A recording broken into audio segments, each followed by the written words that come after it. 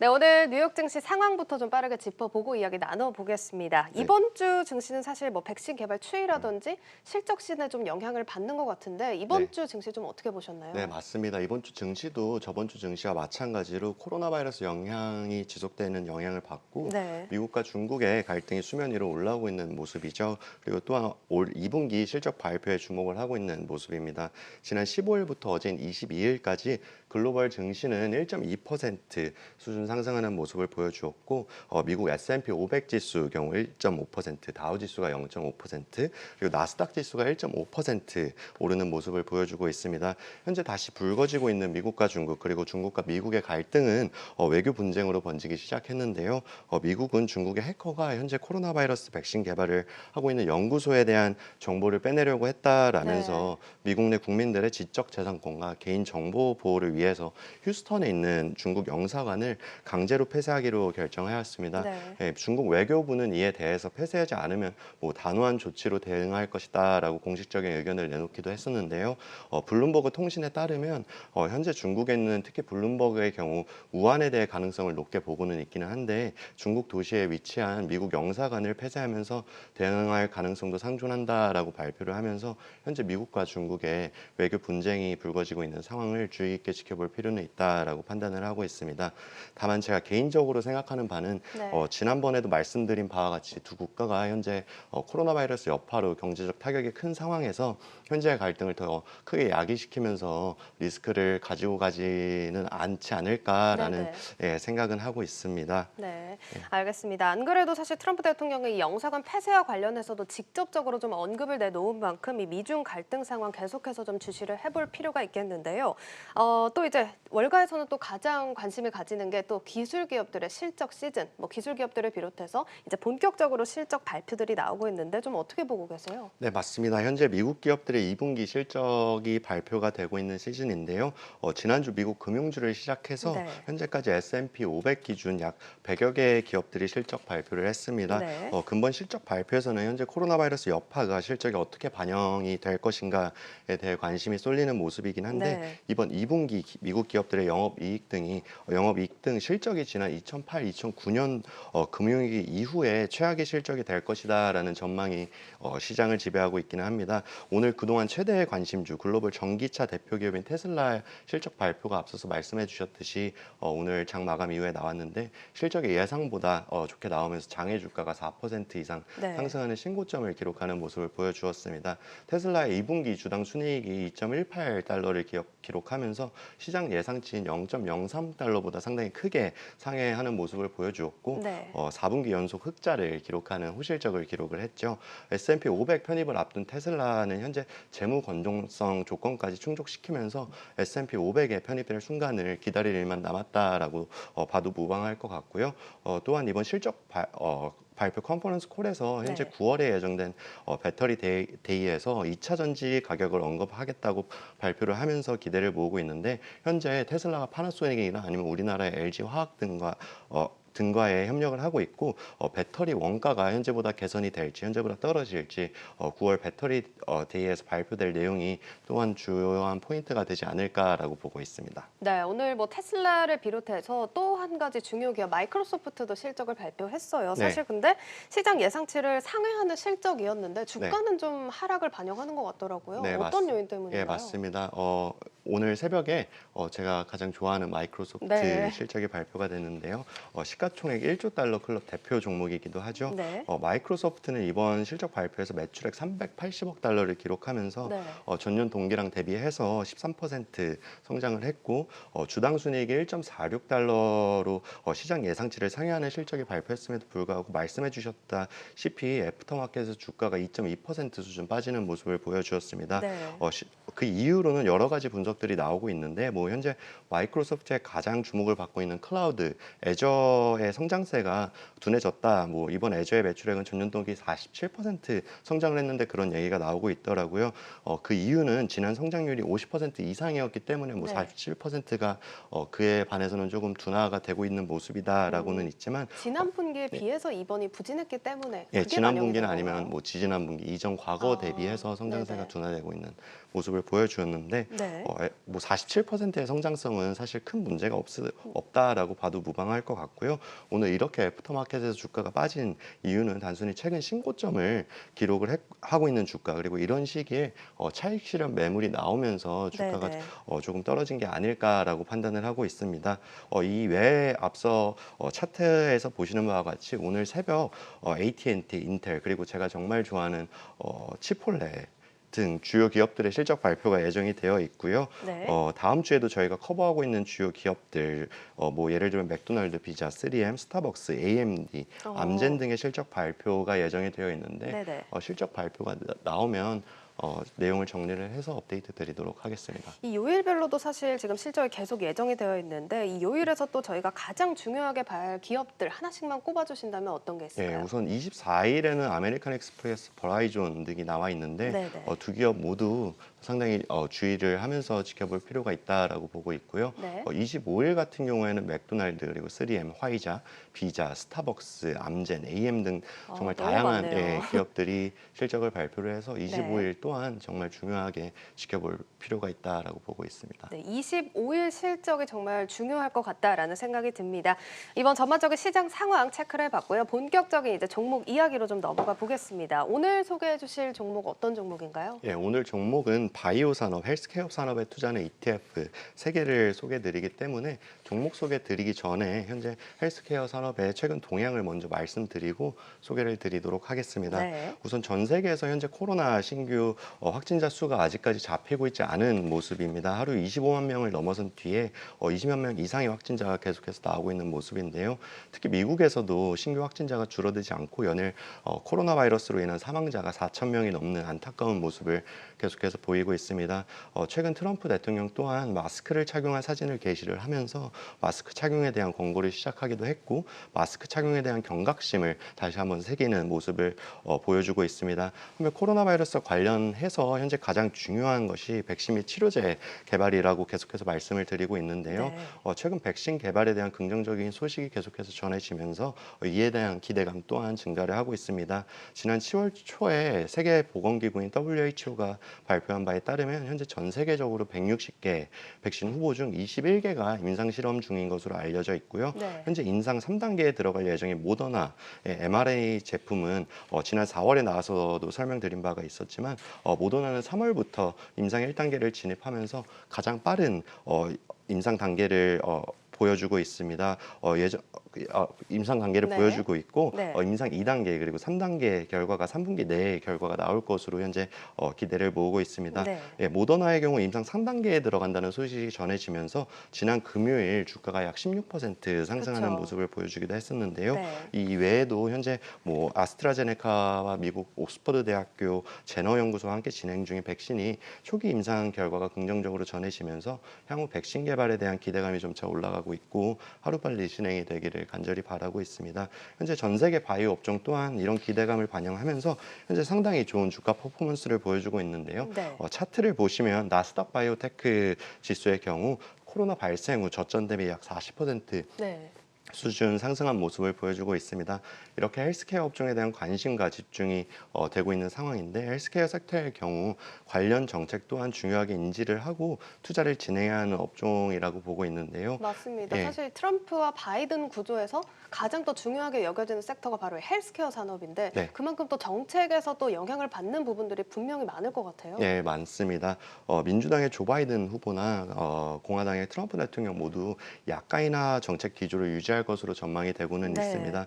우선 민주당의 바이든 후보 측은 기존 오바마 때의 정책을 확대하자는 기조를 보이고 있고요. 네. 약가 인하보다는 물가 상승률 수준으로의 약가 상승을 제한할 것이다라는 정책으로 헬스케어 산업의 가장 우호적인 정책을 공약으로 삼고 있습니다. 네. 이에 따라 뭐 의약품 수요 증가 그리고 신제품 도입에 대한 수요 증가로 이어지는 긍정적인 영향을 줄 것으로 예상을 하고 있고요. 공화당의 경우는 기존 오바마 케어 폐지가 현재 변수로 작용할 것으로 보이고 있는 있는데요.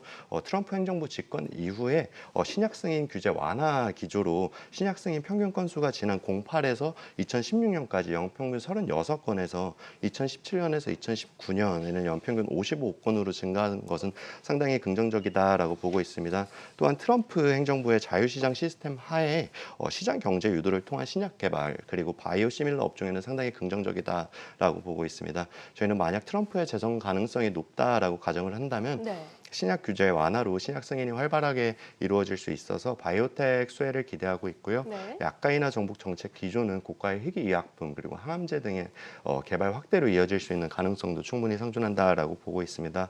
이와 같이 현재 헬스케어 산업에 대한 관심이 여러모로 집중이 되고 있고 이번 주 월요일에 저희 유동환 본부장님께서 이름의 법칙 그리고 다양한 근거들을 설명해 주셨다시피 현재 저희는 바이오 업종에 대한 투자 모멘텀은 상당히 긍정적이다라고 보고 있고 오늘은 미국에 상장된 대표 헬스케어 관련 ETF 3개를 설명드리도록 하겠습니다. 네, 말씀을 들어보니까 뭐 트럼프 대통령이 다시 재선이 되든 바이든 후보가 당선이 되든 이 헬스케어 섹터가 계속해서 성장성을 가져갈 수 있다 이렇게 보고 계신 것 같은데 네. 그만큼 또 관심 깊게 또 살펴보시면 좋을 것 같다라는 생각이 들고요. 첫 번째로 소개해 주실 종목 소개 들어보겠습니다. 네. 어떤 ETF인가요? 네, 첫 번째로 소개드릴 ETF는 미국 헬스케어 산업에 전반적으로 투자하는 미국 대표 ETF인 네. iShares 나스닥 바이오테크놀로지 ETF로 티커가 IBB.US입니다. 네. 지난 4월 말에 나와서 한번 소개해드렸던 ETF이긴 한데 현재 바이오 업종 투자 모멘텀이 여전히 긍정적이기 때문에 다시 한번 설명드리도록 하겠습니다. 4월 말 대비 IBB ETF의 경우는 21일까지 20.1% 주가가 상승을 했고 최근 좋은 흐름을 보여주고 있는 나스닥 지수랑 견줘봐도 손색이 없을 만큼 여전히 그 상승세를 이어가고 있는 ETF입니다. 네. 해당 ETF는 2001년에 상장이 되었고요. XNBI 인덱스를 기초자산으로 추종을 하고 있습니다. 기초자산과의 상관계수는 최근 1년 동안 약 99%로 상당히 높게 나오고 있고요. 운용 보수는 현재 약 0.47% 수준입니다. 현재 저희가 알고 있는 뭐 대표 제약사인 길리어드 사이언스, 암젠, 바이오젠 등 총 209개의 바이오테크 기업으로 구성이 되어 있고요. 최근 코로나 바이러스 여파가 지속되면서 관심이 증가하는 제약업종의 경우 뭐 신규 치료법을 개발하거나 개발하는 기술 등 굉장히 전문적인 지식을 요구하기 때문에 실제로 듣거나 봐도 네. 이해하기가 쉽지 않다라고 맞아요. 생각이 드는데요. 바이오 업종의 경우 개별 기업을 골라내서 투자하기는 굉장히 힘들고 변동성이 유난히 큰 업종이기 때문에 개별 기업 발굴이 어려울 경우에 바이오 업종 전반에 투자하는 ETF의 매력도가 높아진다라고 보고 있습니다. 네, 첫 번째로 소개해 주신 ETF 미국 헬스케어 산업에 전반적으로 투자를 하는 IBB입니다. 투자 포인트 또 한번 잡아볼까요? 예, 투자 포인트로는 미국 바이오 업종에 전반적으로 투자하는 다양한 ETF 중에서도 가장 큰 규모는 아니지만 네. 그래도 100억 달러 이상 규모의 큰 운용 자산을 보유하고 있고요. 최근 3개월 평균 일평균 거래량 또한 360만 주인 것으로 확인이 되고 이에 따라 트레이딩이 다소 용이한 점은 긍정적이라 보고 있습니다. 앞서 말씀드린 바와 같이 최근 코로나 바이러스의 신약 및 치료제 개발에 글로벌 제약 회사들이 앞다투어 개발에 나서고 있고 이로 인해서 바이오 업종 전반적으로 투자 모멘텀은 상존한다라고 보고 있고요. 네. 또한 뒤에 소개드릴 다른 바이오 업종 대표 ETF보다 동 ETF가 편입 종목이 굉장히 많은 것은 상당히 특징이라고 보고 있습니다. 현재 네. 총 209개의 종목들로 구성이 되어 있다라고 설명을 드렸었고 IBB ETF는 대형 바이오테크 기업들뿐만 아니고 시총 규모가 작은 중소형 기업들도 다수 포함하고 있는 점 그리고 중소형 기업들의 성장 기대감도 점점 높아지고 있는 점 또한 긍정적인 투자 포인트다라고 보고 있습니다. 네, 이렇게 성장성을 가져가고 있는 IBB 종목 살펴보고 있는데요. 그래도 IBB가 이제 향후 또 얼만큼 성장할지 잔존 가치 여력이 또 궁금합니다. 네, IBB ETF의 잔존가치 모델상 상승 여력은 현주가 대비 약 76.5%로 상당히 높게 나오고 있습니다. 네. 3월 코로나 바이러스 여파로 IBB ETF 주가 또한 30% 수준의 조정을 보여주기는 했지만 최근 백신 개발에 대한 기대감이 반영이 되기 시작하면서 이미 조정 전 수준 이상까지는 주가가 올라와 있는 모습이고요. 네. 바이오 업종 전반적으로 코로나 바이러스 그 이후에도 충분히 성장할 가능성이 높은 산업이기 때문에 현재 관심을 기울일 필요가 있다라고 보고 있습니다. 네, 현 주가 대비해서 한 76% 넘는 이제 상승 여력이 남아 있다라고 지금 보고 있는 것 같은데요. 백신 개발 기대감도 반영하는 만큼 관심 깊게 지켜보시면 좋을 것 같습니다. 자, 그럼 다음 ETF로 좀 넘어가 볼까요? 예, 다음으로 소개드릴 ETF 또한 헬스케어 산업 전반에 투자하는 ETF인 헬스케어 셀렉트 섹터 스파이더 ETF로 티커가 네. XRV.US입니다. XRV ETF는 S&P 500 지수 헬스케어 섹터를 추종하는 대표적인 ETF 중 하나이고요. 미국 바이오 섹터에 투자하는 가장 오래된 ETF로 1998년도에 상장이 되었습니다. 상장된 후에 현재까지의 총 운용 자산은 240억 달러 규모로 상당히 큰 규모의 운용을 하고 있고 미국 헬스케어 업종에 투자하는 ETF 중에 가장 큰 규모의 운용 자산을 운용을 하고 있습니다.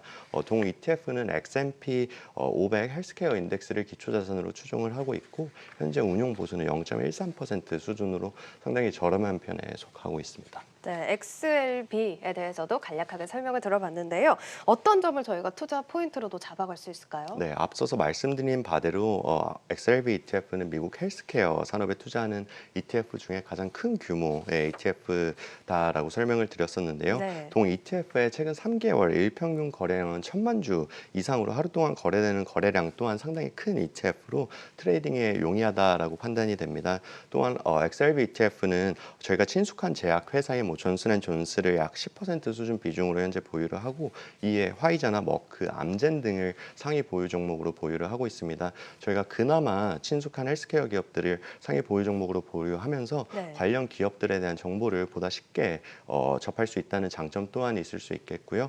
동 ETF는 총 63개의 종목으로 현재 구성이 되어 있습니다. 네, XLV 이야기 나눠보고 있는데요. 가장 규모가 큰 ETF라는 점 투자 포인트로 잡아가시면 좋을 것 같고요. 존슨앤존슨제나 화이자, 머크 이런 대표 기업들도 포함이 되어 있는 것 같습니다. 자, 그럼 XLV도 상승 여력 얼마나 나오고 있나요? 예, XLB ETF의 상승 여력은 현재 주가 대비해서 예상하로의 24.5% 그리고 네. 리스크 프리미엄 6%를 적용했을 때 현주가 대비 약 78%의 상승 여력을 가진 것으로 분석이 되고 있습니다. 헬스케어 업종에 투자하는 ETF 중에 운용 자산이 가장 크고 역사가 긴 ETF인 만큼 그만한 투자 매력도는 현 시점에서 상당히 부각되고 있다라고 보고 있습니다. 네, 앞서 다룬 두 기업 모두 지금 상승 여력이 한 70% 넘게 크게 나타나고 있다는 점 이념을 해보셔야겠고요. 마지막 종목까지 짧게 살펴보겠습니다. 예, 마지막으로 소개드릴 ETF는 글로벌 대표 ETF 운용사인 퍼스트트러스트사에서 운용하는 바이오 업종 투자 ETF인 퍼스트트러스트 NIS의 알카 바이오텍 ETF로 티커가 FBT ETF입니다. 네. FBT ETF 또한 지난 4월 말에 출연하면서 소개를 드렸었던 ETF인데 출연 이후에 이틀 전 종가 기준으로 18.4%의 주가 퍼포먼스를 보여주면서 현재까지도 그 상승 모멘텀에 여전히 남아있는 ETF입니다. 네. FBT ETF는 2006년 6월에 상장이 됐고 생명공학 산업의 대표적인 기업들의 실적을 측정할 수 있도록 만들어진 동일 가중지수 인덱스인 NYS 알카 바이오텍 인덱스를 기초 자산으로 두고 있고요. 네. 기초 자산과의 상관 지수는 최근 1년 기준으로 99%로 상당히 높게 나오고 있습니다. 동일 가중 지수를 기초 자산으로 삼는 굉장히 특이한 ETF 운용 전략을 가지고 있는데요. 약 30개 종목에 대한 동일한 가중치를 두고 가중치를 적용하고 주로 대형주 위주로 구성이 되어 있습니다. 생명공학뿐 아니라 의약품 및 헬스케어 업종 위주로 포트폴리오가 구성이 되고 있어 앞서 말씀드리는 IBB나 아니면 다른 바이오 업종 투자 ETF보다 더 집중된 투자를 할 수 있다는 것이 특징입니다. 네, 앞선 종목들보다 조금 더 집중 투자를 하고 싶으신 분들 또 추천해보는 종목인 것 같습니다. 자, 그럼 FBT도 상승 여력 또 추가로 얼마나 더 나오고 있을까요? 예, FBT의 잔존가치 모델상 상승 여력은 현재 주가 대비 예상하로 23.7% 그리고 네. 리스크 프리미엄 3.5%를 적용했을 때 현주가 대비 약 48% 수준으로 상당히 양호한 수준으로 나오고 있고 계속해서 말씀드리는 바와 같이 미국 바이오 및 의료 분야에 대한 전반적인 고른 투자를 진행하고자 하실 때 좋은 투자니 될 수 있다라고 보고 있습니다.